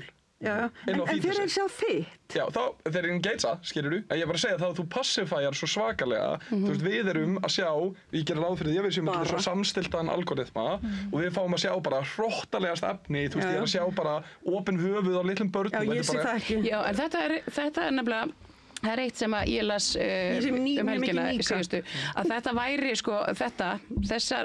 þetta genocide þjóðamorð í beinni er ákveðið warfare líka, af því að það er verið að skekkja okkur sem stendur ekki á sama og ég nefnilega hef fundið fyrir því sjálf að þetta það er alltaf ógeðslegt að horfa á svona myndir en allt í einu get ég það þú veist, og þú veist og ég get það alveg, þú veist, og ég á einhvern veginn auðveldara með það og það er mjög óþægileg tilfinning en það er þetta sem hefur verið að gera. Já, og þetta er líka þegar ég fer frá þessu og kem aftur og þú veist, þetta var bara svo mikil árás og þú veist, ég er alls ekki að mála mig upp sem fórnarlamb í þessum aðstæðum en bara þú veist, þetta var búið að vera einmitt bara á mér alltaf og ég var greinilega orðin þessi en bara mér finnst svo skrítið að fólk geti séð þetta í fyrsta skipti og bara ekki fengið sjokk.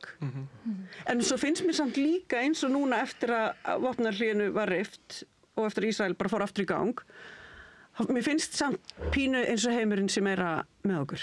Já, það er líka... En heimurinn er samt sem maður ekki með fólkinu á Gaza. Nei, ég veit. Og það er þetta bara það sem skiptir mestu máli. Við erum öll bara eitthvað að tala. Já. Og ég held að þú veist að mér finnst svona stærri einingar vera að gera eitthvað. En ráðamenn og stjórnvöld er ekki með fólkinu á Gaza. 70% Íslandinga eru hérna... Nei, það hefur reyndar minnkað. Já, það var 10%. Óvinsætla, já. Ok, ég var ekki búin að segja það. Já, það eru 60%. Það var sérst gerð ný maskíningkönnun og þá mældist sérst 10... Var spurt öðruvísi? Nei, það voru sérst 10% færri sem að styðja málstað Palestínu. Vá, það er óhugulegt. Það er mjög óhugulegt. Veitu, hvenær var fyrsta könnunin gerð? Hún var gerð á síðasta ári, í lok síðasta árs og svo var aftur núna. Og þetta sérst kemur ljós, það er sérst þessi 10% munur, það er 65% núna og voru 75%. Þetta er mjög óþægilegt. Veistu hversu stór, hvað sem er, þýðan? Nei. Ég man það ekki svona í fljótu, en ég meina þetta var, þú veist, þetta var stór könnun sambarleg. En enga síður, 65% af aðspurðum. Já, og líka og mér varst pínu gott að koma aftur á Instagram, verði að segja þetta, því að maður fær engar fréttir, maður fær það svo mikið af efnið þar, eins og bara öll mótmælin sem hefur verið að halda til dæmis í Bandaríkjunum, ekki bara út af Trump, heldur líka út af Palestínu, og maður bara fréttir ekkert af neinu að því að lesa fréttamiðla. Og það er einhvern veginn bara svona að því að bara, þú veist, fréttir í dag fyrir mér ég fylgist alveg með fréttamiðlum eitthvað svona, en ég verð að sjá fréttirnar af götunni. Og það er líka, og eitt það sem ég elska við TikTok eru öll þessi TikTok live, að maður sér bara, þú veist, það er bara einhverju taka live bara út á götu í London, bara sjá, hérna er þetta og svo bara mótmæli hér og maður bara fær að sjá hvað er í alvörun að gerast, fullt að live úr mótmælum. Þessi fréttir sem við fáum í gegnum venjulega miðla er náttúrulega alltaf í gegnum sömu skapalónum og það er alveg rétt, það er alveg velrótið dæmi en aftur sem, af því að kallar fulltrúi þreyttra feðra sem ég sannlega er. En þið voru að tala saman, ég vissi ekki að kæmi þarna. Það skiptir ekki máli, ég er ekki að barma mér, ég elska að vera þreyttur af því ég er að gera alls konar svona. Það er forréttindi. Já, sem ég dýrka og bara mjög öruggur í því og bara... Margir sem tengja. Já, en sko aftur börnin er bókstaflega framtíðin og með þetta mannhelgi og samhygð og allt það. Ég meina, drengurinn minn sá elsti 9 ára og hann spyr af hverju hann vissi svo mikið Úkraínu og hvað þá að segja við hann af því náttúrulega þegar innrásarstríðið þar hófst og það er algjör hörmung eins og bara allt hefur verið að drepa fólk og það er eitthvað peð það voru fánar, það var fræðsla, það voru gestir frá Úkraínu, það var verið að syngja úkraínska söngva og þetta var dásamlegt og ég hugsa bara svona verður þetta bara en ekki fyrir þau. Þáverandi dómsmálaráðherra var með flóttafólk bara á gistandi heima hjá sér og Jón Gunnarsson. Já, og það var reyndar mákonans. En samt sem áður, það bara kom ekki fram í fréttinni. Hvað segir þetta okkur sem samfélag við bara ákvæðum að taka þennan pól í hæðina? Við erum rasistar. Já, ég veit það kemur ekki ljós fyrr en þjóðmálið hefst, skilur við. Já, ég hugsaði reyndar samt bara að því ég er búin að við erum þetta var ekki svona með Palestínu. Þeir eru svo jaded. Já, ég vil ekki vera þetta jaded af því ég var að finna að væri eitthvað svona að vera að mobilisa okkur öll í átt að svona einhverjum sannleika, við erum öll þetta er heimstorp, við erum öll í öfnu og þannig við ættum að gæta. Facebook-hópar, hei, áður svona og við vorum öll í Facebook-hópa, rætt einhverjum, þú veist, kerrupókum og... Þetta er bara algjör skelfing. Eitt jákvætt, það var, ég var svo glöð þegar ég sá Kneecap, írsku rappljómsveitina. Þeir eru mjög skemmtilegir og komið svona írsku tungunni aftur einhvern veginn á kortið og eru þvílíkar hetjur í Írlandi. Þeir eru frá Belfast, ég held ekki að þeir væru frá Írlandi en þeir eru frá Norður-Írlandi. Og við latsam það sko. Þannig að það meikar sens að get the Brits out. Það er ekki það sem eitthvað er, jú. Jó, sko, og mæli með, þeir eru stórkostlegir og mjög skemmtilegir. Þetta er bara eitthvað svona punk borgarar endurfættir þarna sko, þeir eru að spila stóra sviðinu, Coachella, þetta er alveg, þú veist, beðið með eftirvæntingu, þeir eru vinsælir Bandaríkjunum, meðal annars út af þessari bíómynd sem var gerð, sem þeir fylgdu svo eftir í Bandaríkjunum. Þeir eru með skilaboð sem eru bara frjáls Palestína, fokk Ísrael og svo þar fram eftir götunum. Þeir eru náttúrulega sko styðja saman að Írland. Þeir eru hérna, þú man ekki hvað ég kalla hérna, United, ég man ekki, en hérna á ensku. Og það er líka, ég var í Dublin fyrra, mér svo ótrúlega áhugavert og það er svo mikil tenging á milli Palestínu og þess að þau kalla sig Palestinian af því að þau hafa þurft að díla við svo mikið af þessu og England á bara þarna einhvern klúk af landinu þeirra og það er svo margt sem er svipað eins og þetta að vera með 2 nöfn á hlutunum eins og hérna Derry og Londonderry og hérna, já, það er alls konar samhljómur og Írar hafa bara, þurft að díla við allar anskotan og hérna. Þessu var ekki vel tekið. Þetta er orðið bara eitthvað svona utanríkismáli. Þetta er ríkað á landi. Hugrækt, ég mynda með þessi yngri við, ég meina, þeir líka eru með þau forréttindi að þeir geta tekið þetta á kassan, skilur. Það verður eitthvað fallout hjá þeim og eitthvað glata, skilur. Það er búið að vera að cancela. Já, þeir mistu þarna, þeir eru nefnilega fengu sko eitthvað loftbrú frá hérna, breska, hérna, bara ríkinu. Það var allt tekið af þeim og hérna Keir Starmer sagði, ég ætla að sjá til þess að þeir fái aldrei krónu frá Bretlandi aftur.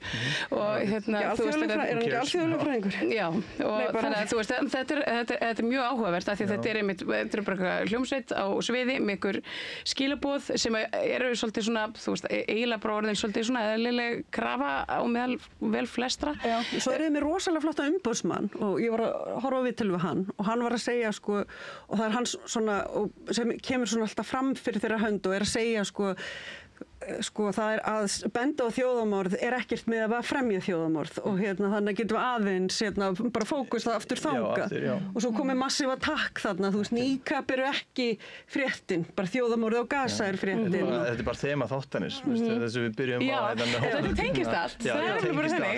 Þetta er bara svona miljón hlutir sem eru afveglega umræðinu eins og við megum ekki tala nauðganir út af því að við ætlum að vera rasistar frekar og Akkurat, þetta er bara einhvern veginn alltaf það sama og þetta er alltaf einhvern veginn svona tvær fylkingar og fólk einhvern veginn svona notar og þetta er svo polariserað og þú veist, ég er að kenna tjáningu ég er bara svona mikið að reyna, þú veist, fá krakkarna til þess að tala hlutina, þú veist, á mörgum levelum frekar en að mynda þessu skoðun með og móti að því að þetta skiptir máli að við getum bara talað hlutina lagskipt og bara mér er alveg saman skoðanir, það skiptir ekki máli við ætlum bara að lýsa einhverjum hlutum á mismunandi hátt að því að þú veist, við þurfum bara, þú veist, einhvers konar svona, hvað segir maður, svona þykkt í skilning okkar. En er Alþingi að gera eitthvað í, veist, þú sagðir hérna síðustu skulum við tala um Gaza, veist, er eitthvað bara... Það er ekkert að vera þetta. Þorgeir og Katrín kom reynda með fína... Jú, það gerist alveg, ég meina, við fórum þarna fyrir öryggisráðið og einhvern veginn svona þuldum upp sömræðin og við erum búin að vera að gera núna í, þú veist, 2 ár og þú veist, eitthvað svona, þú veist, við auðvitað stöndum með mannréttindum, bla bla bla, tveggja ríkja laust, bla bla bla, eitthvað svona sem að, þú veist, við ætlum bara ekki að gera neitt, við ætlum bara að halda áfram að standa og tala svona á 6 mánaða fresti og nei, við erum alltaf Svo hann líka einhver að kalla eftir hvað þýðir þessi tveggja ríkja laust, getur einhver útskýrt hvað... Hún er bara nákvæmlega það sem er í gangi núna. Já, ég veist það sem er að hugsa, geggja að það verið tveggja ríkja laust. Nú fylgist ekki raskandi bara með, hvað er með, er ekki einhverju sprellibossar að fara í Eurovision? Jú, en svo sko... Eru þeir hana líka? Ætla þeir að fara eða... Þeir fara bara því ég held að séu bara með þú veist þeir eru vinna Eurovision. Ég er alveg að boykotta Eurovision þannig ég er bara ég líka ég held að sé bara þeir eru vinna Eurovision þá bara ef þú ætlar að fara þú veist þá ertu bara komin á einhvern samning en aftur það er bara að segja eitthvað um Eurovision ég skil ekki neitt sko umboðsmaður þeirra svaraði því og sagði ég styð hana heilshugar í því að Ísrael eigi ekki að vera í Eurovision en við eigum ekki að boykotta Eurovision og það er alveg sammála henni með það. Það var þessum umbóðsmaður. Þannig að þetta er svolítið svona, okkur finnst þau að fara en við ætlum samt að vera með. Þetta er svona... Akkurát. Eiga kökunaborðana. Ef einhver foreldrar er að horfa hana, ef þau ekki öll hlaupin út að við erum svo vók og leðileg, verandi 3 barna faðir, þá get ég votta það að börnunum á meinalausu geti sleppt Eurovision ár eftir ár. Við hefum prófað það, ég og konunum mín, það skiptir engu máli, þeim er drull. Þannig að Já, það já. er þetta að gera En geggja skemmtilegt í staðinn. Já, algjörlega, en þetta er ekkert einfalt fyrir foreldra sem eru með krakka sem hafa kannski alltaf Já, hórt og eru orðin nógu stór.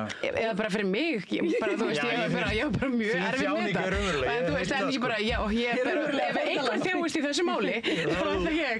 En ég veit bara um fólk sem hefur verið með grátandi börn og bara ógeðslega erfið og ég bara skil alveg að... Já, en ég þú meina veist. það er bara gott fyrir börn að læra það, þú veist, Já.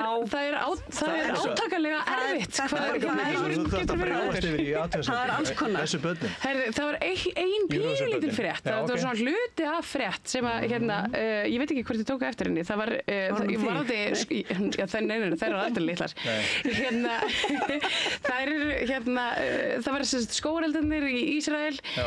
sem að einhverjir settlerar, eða landtöku fólk, Kveikja í olíu þeir í voru að Lundúnum. kveikja í, Já, en trén sem brenna eru þau sem að eru ekki native, heldur þau sem Sem að var eru búin að gróðursetja. búið að gróðsetja til þess að eigna sér land. Nýlendustefna er öllu leiti hræðileg. Það sem að þessi litla frétt sem að fór svo lítið fyrir, en hérna Ísrael setti beini á Evrópu þjóðirnar hann í Já. kring og baði flugvélar til þess að slökkva þess elda, flesti sögðu nú nei, nema Króatía, af því að það, þú veist, þeir þurftu að, ég meina, þeir voru að nota sínar eigin flugvélar bara í að sprengja Gaza, þannig að hérna, það einhvern veginn var ekki hægt.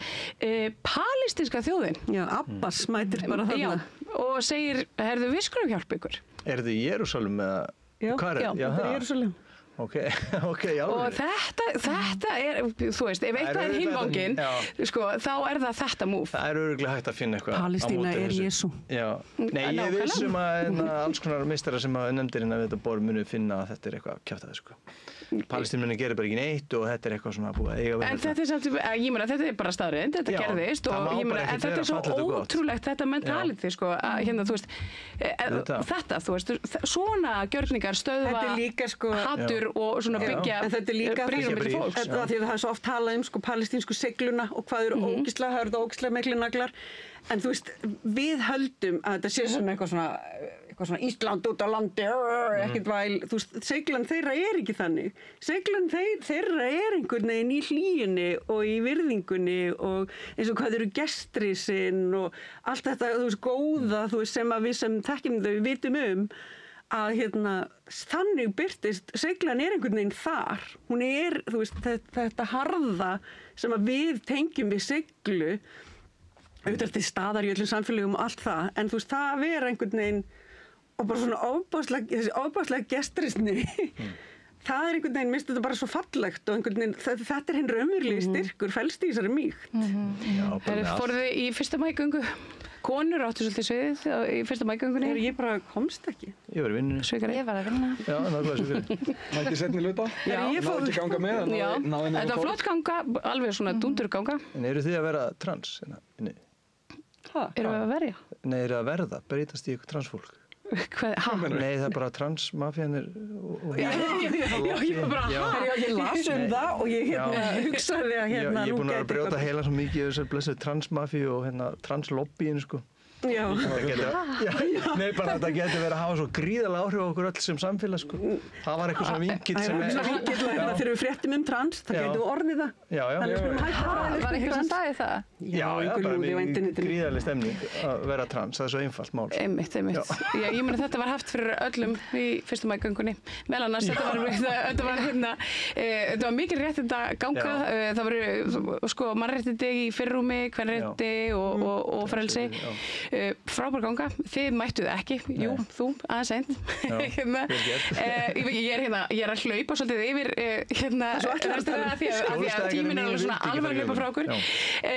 Sko, það var ein ótrúlega áhugaverð frétt sem að hérna, mér fannst vert að minnast á og það er hérna, sko, líkbrennslan í Fossvogi er hérna orðin svona óþægileg fyrir nágrannana af því að Já, fyrir fólkið í logninni í Fossvoginum. Við vesturbæingar höfum ekkert um þetta að segja.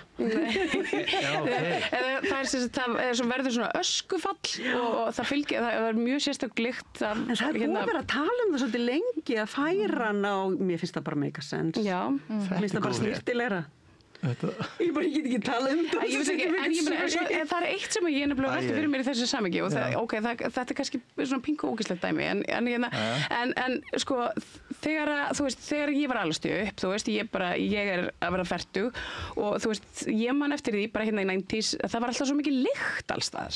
Það var hérna, þú veist, það var hérna bræðslulyktin og það var svona lykt af borginni einhvern veginn. Þú veist, það var matalykt og það var fiskilykt og það var svona trukkabílalykt og einhvern veginn svona... Það var bara að fara út á land, það var nóg að lykt. Þú veist, og þegar maður kemur til útlanda, maður talar útlandalegt. Já, ég veit það. Þú veist, af því að það eru lyktir af allu. Núna erum við svolítið svona sterilli borg og þú veist, nema að það er bara svona hérna, það leggur yfir Fossvoginn stundum svona líkbrennslulykt. Ok, guð. Þetta er náttúrulega bara hræðilegt og hérna. Hvernig er þessi frétt? Hvernig er hún sett fram og hvað er þetta fólki að segja? Sko, nú eru þau bara farin að þrýsta á Er þetta eitthvað úr íbúagrúppinu þeirra? Nei, þetta var bara frétt á RÚV. Þetta var, hérna, þau eru bara farin að þrýsta núna á yfirvöldum að bara gera svo vel að bara pakka þessu saman og færa þetta eitthvað annað því að það sé ekki hægt að vera úti á góðu veðri stöðum af því að það er bara eitthvað svona, þú veist, það fellur aska ömmu ykkurs á þau. Er það ekki líka eini opnin á landinu? Jú.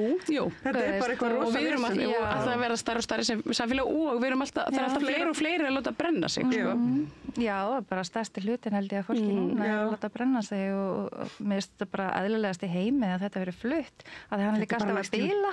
Já, það var líka annað og hérna, já, og geimstarnar fór allar að fylla, þetta er mjög mikið vesen, sko. Þetta er bara eitt sem hefur verið í ólestri í okkar samfélagi. Það er svona hluti sem hafa setið á hakanum svo lengi sem að... Það eru svona samfélagslegir, svona atriði sem við ættum bara eitthvað að geta... Þetta er líka bara nýfrjálshyggjan, þá þú veist, það bara er dreigjuð fjárframlögum til þessara hluta. Já, við bara græðum það kemur að því, sko. Já, það er bara minkað, en svo getur einhver komið inn bara með enga framtækið. Við viljum ekki nota póstinn hann svo lélegur, ég vil frekar nota DHL. Þú veist, eins og hvernig við erum öll orðið núna, þú veist, dropp eða eitthvað. Taxi eða hopp. Taxi eða hopp. Taxi Hunter sem er það vera flottasta nafn. Á þessu? Þú veist, ég veit ekki, ég meina hvernig við að gera þetta? Þú veist, hvernig er þetta að leysa þetta? Það er alls þar, þú veist, ef að bara búa til eitthvað svona brennslu eigu eitthvað þar. Þetta verður alltaf gert einhvern veginn í návíi við fólk, ég veit ekki hver eru optics þarna. Ég nefndi þess að frétta því að ég myndi eftir þessu með lyktina og mér fannst þetta eitthvað svona svolítið svona creepy tenging en líka svona tákgræn. Stóra tákinn þarna upp í Breiðholti sem er hérna byggður alltaf nálægt húsunum. Nei, það sem að rífa niður. Græna gíla. Já, Carbfix. Það er ekki, einmitt, eitthvað svona. Allavega, takk fyrir að koma. Við skulum bara fara að klára þetta og hérna, ég ætla að leipa ykkur út í helgina. Birgir, Helga Þórey, Guðný og Pétur, þakka ykkur fyrir að sitja hérna með mér og kryfja fréttir vikunar. Það var stórkostlegt af ykkur. Já, við erum alveg að kafna úr hita. Okkur heiti hamsi. Þakka ykkur fyrir kæri hlustendur og áhorfendur fyrir að vera með okkur þennan föstudag í vikuskammti. Við sjáumst aftur eftir, ég sé ykkur aftur helgi, en það er nú ýmislegt hér á boðstólum helgina. Sinnir Egils og helgispjallið verður virkilega gott að þessu sinni. Ég bið ykkur að fylgjast með því. En takk fyrir mig og góða helgi.